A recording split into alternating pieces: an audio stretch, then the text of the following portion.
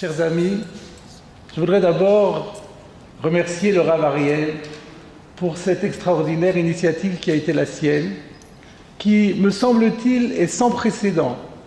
En tout cas, personnellement, je n'ai jamais assisté à un événement comme celui-là, où tour à tour, 26 orateurs doivent se succéder pour traiter chacun d'une paracha, d'une section de la Torah. Et c'est véritablement une expérience nouvelle qui va peut-être d'ailleurs créer une nouvelle mode. En tout cas, c'est une expérience tout à fait exceptionnelle et qu'il l'a faite pendant l'année de deuil de son père, Zecher Tzadik Livracha, et dédié toute cette journée d'études à la mémoire de son père. Je pense véritablement que pour le Ilui Neshama, c'était une idée géniale, une véritable idée géniale. Puisque le temps nous est compté, je ne vais pas m'étendre davantage. La paracha qui m'échoua est la paracha de Bo, la troisième du second livre de la Torah, le livre de Shemot, le livre de l'Exode. Cette paracha est placée sous le signe de la délivrance, puisqu'on y trouve la description des 3 dernières plaies qui se sont abattues sur l'Égypte, et la dernière, la mort des premiers-nés, a fait craquer Pharaon et a permis au peuple d'Israël de retrouver sa liberté.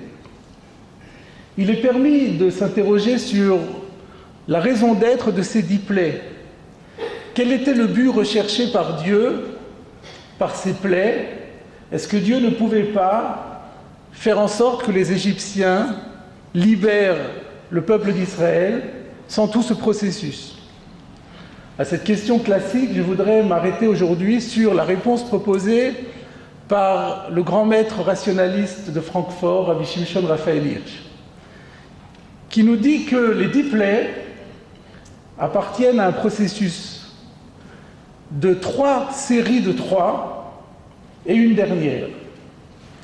Chaque série de ces plaies se réfère à un autre aspect des maux infligés par les Égyptiens à Israël et qu'à leur tour, les Égyptiens devaient maintenant subir pour se rendre compte un petit peu de ce qu'ils avaient fait aux autres. Ces 3 aspects sont les suivants. Premier aspect, l'exil proprement dit, c'est-à-dire le fait de se sentir étranger dans un pays, d'être considéré comme un paria. Le deuxième aspect, c'est l'état de servitude, c'est l'esclavage. Le troisième, c'est la souffrance, les souffrances physiques et morales, les sévices qui étaient infligés au quotidien à Israël.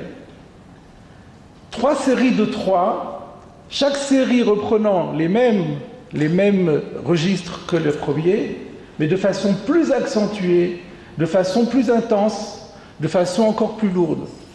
Et la dernière récapitule tous les autres. Selon ce schéma, il ressort que la 9e plaie, qui est la plaie Makat HaChosher, la plaie de l'obscurité, doit être la pire sur le plan de la souffrance physique ou morale. De quoi s'agissait-il? La Torah nous dit que Moshe a levé les mains au ciel et qu'une obscurité s'est installée en Égypte pendant 3 jours. Lo raou ish et achiv, velo kamu ish mitartav shlosha yamim. On ne se voyait plus les uns les autres et on n'a même pas pu bouger de son siège durant 3 jours. Ce qui est intéressant, c'est de se demander mais pourquoi une telle plaie serait, selon le schéma de Rabbi Shimshon Raphaël Hirsch, plus lourde, plus douloureuse que, par exemple, la plaie du sang, qui était en fait la plaie de la soif, qui interdisait aux Égyptiens de boire, ou encore les ulcères. Finalement, là, où était la souffrance? On ne voyait rien, c'est tout. En quoi consistait réellement la plaie de l'obscurité? D'après le Midrash, ce n'était pas simplement une absence de lumière. D'après le Midrash, il y avait une obscurité palpable. On dit que cette obscurité avait de l'épaisseur. Il y a même un Midrash qui va dire que cette épaisseur était de la taille d'un dinar, c'est-à-dire d'une pièce de monnaie. et parce qu'on a un peu de mal à comprendre comment une obscurité peut être palpable, il y a certains commentateurs qui proposent une explication très audacieuse, qui disent qu'en réalité, le soleil brillait, mais qu'une peau, une membrane, a poussé dans les yeux des Égyptiens de l'épaisseur d'une pièce de monnaie, de l'épaisseur d'un dinar. C'est pour ça qu'ils ne se voyaient pas. Et alors pourquoi n'ont-ils pas bougé de leur siège? Parce qu'ils ont été tellement terrorisés qu'ils n'ont plus pu bouger. La question se pose, mais pourquoi cette souffrance est-elle considérée comme la plus lourde de toutes les souffrances? Et la réponse que je voulais vous proposer aujourd'hui est que l'obscurité dont il est question ici, ce n'est pas seulement l'obscurité physique, c'est l'obscurité morale. Cette obscurité physique a entraîné une obscurité morale. Et cette obscurité morale, elle a un nom, c'est la solitude. Parce que les Égyptiens n'arrivaient plus à se voir. Ils se sentaient terriblement seuls, les uns les autres. Des barrières, l'obscurité a érigé des barrières entre eux. Ils n'arrivaient plus à bouger. En fait, ils ont été immobiles. Ils n'ont pas pu bouger pendant 3 jours. Ce n'était pas seulement parce qu'ils étaient terrorisés. Ils étaient anéantis par la solitude. Ils étaient dans une véritable dépression. C'était un état dépressif. Et si déjà nous en sommes arrivés là, le développement de cette idée est que derrière cette plaie, la Torah est en train de nous dire les méfaits de la solitude et de stigmatiser les comportements qui peuvent engendrer la solitude. Lo ra'u ish et achiv. Lorsqu'on refuse de regarder l'autre, lorsque on pratique le repli égocentrique, on s'intéresse à soi-même et on se désintéresse complètement de l'autre, alors on installe une double solitude. La personne dont on se désintéresse se sent seule, mais le quant à soi, le vécu dans le quant à soi, isole aussi la personne.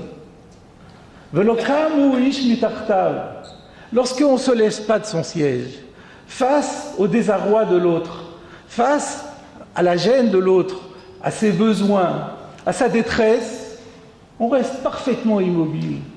Alors dans ce cas-là, on entraîne une solitude gravissime, et c'est ça qui est condamné par la plaie de l'obscurité. Et dans cette perspective-là, nous comprenons d'autant mieux la fin du verset, où le chol bnei Israël haya or b'moshotam. Mais pour tous les enfants d'Israël, c'était la lumière qui brillait dans leurs habitations.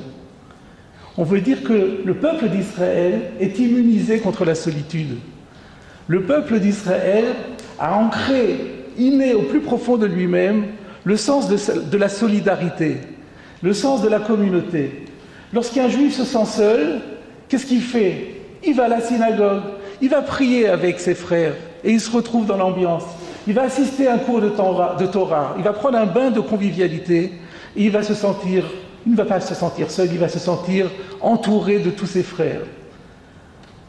C'est pourquoi on dit « Ner le ragli devarcha ve'or le netivati » Ta parole est comme une lampe et comme une lumière qui éclaire le chemin. Ner mitzvah ve'torah or. La mitzvah est comparée à une lampe et la Torah est comparée à la lumière. La lumière, comme nous l'avons compris, c'est le contraire de la solitude. Ce qui veut dire que la pratique des mitzvot est une immense barrière contre la solitude. Savez-vous que le mot mitzvah, c'est la même racine que le mot tzavta. Tzavta, comme on dit dans les avions d'El Al, tzevet. Tzevet, c'est l'équipage. Tzavta, c'est le lien, l'équipe. La mitzvah, c'est le lien, c'est le trait d'union. Le trait d'union entre qui et qui? Entre l'homme et Dieu, et entre l'homme et l'autre homme. On est tous soumis aux mêmes mitzvot. Quand nous pratiquons les mitzvot, nous ne nous sentons pas seuls, parce que nous sommes à la fois liés à Dieu, et à la fois liés aux autres coreligionnaires, à nos autres coreligionnaires, à nos autres frères juifs. Donc les juifs ne sont jamais seuls. Nous avons toujours la lumière avec nous. Mes chers amis, cette leçon, je veux la dédier à la mémoire du grand rabbin David Messas, Zecher Tzadik Livracha, à une véritable lumière dans le sens dont nous parlons. Depuis le moment où j'ai été élu Grand Bain de Paris et même avant, je rencontre un nombre considérable de personnes qui l'ont connu. Et ce qui ressort toujours, c'est la manière dont ils ont été impressionnés par la chaleur humaine qui ressortait, par le lien étroit qui s'est créé entre eux, à son initiative, pas à la leur. Je parle ici de personnalités juives et même non juives de premier plan. Ont toutes été impressionnés par sa capacité à créer un contact humain, à créer une chaleur qui est véritablement la qualité spécifiquement juive. Je souhaite à ces enfants de perpétuer, de retrouver cette qualité, que eux aussi fassent baigner tout autour d'eux cette immense chaleur humaine qui est le cachet, l'image de marque du judaïsme.